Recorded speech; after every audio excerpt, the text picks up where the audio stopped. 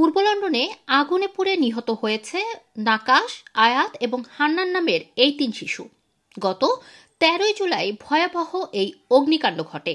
গত শুক্রবার ৩ শিশুর নাম এবং ছবি প্রকাশ করেছে তার পরিবার এবং মেট্রোপলিটন পুলিশ।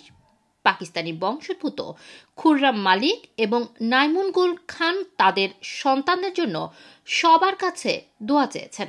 গত ১৩ জুলাই ইস্ট লন্ডনের ইস্টহ্যামের নাইপার রোডের একটি বাড়িতে আগুন লাগলে আগুন গ্রাউন্ড ফ্লোর, ফার্স্ট ফ্লোরের অর্ধেকে ছড়িয়ে পড়ে, আর এতে ঘটনাস্থলেই এক শিশু প্রাণ হারায় আর বাকি ২ জনের মৃত্যু হয় হাসপাতালে। নিহত নাকাশের বয়স ১৩ বছর, আয়াতের বয়স ১১ বছর এবং মোহাম্মদ হান্নানের বয়স ৭ বছর। এদিকে পুলিশ বলছে তারা এখন পর্যন্ত আগুন লাগার প্রকৃত কারণ জানতে পারেনি। বিষয়টি নিয়ে তারা তদন্ত অব্যাহত রেখেছে। পরিবারের ২ জন প্রাপ্তবয়স্ক এবং ৩ জন শিশু ছিল, যাদের মধ্যে ৩ জন শিশুই অগ্নিকাণ্ডে প্রাণ হারিয়েছে। রোমানা রাখি, রানা টিভি, লন্ডন।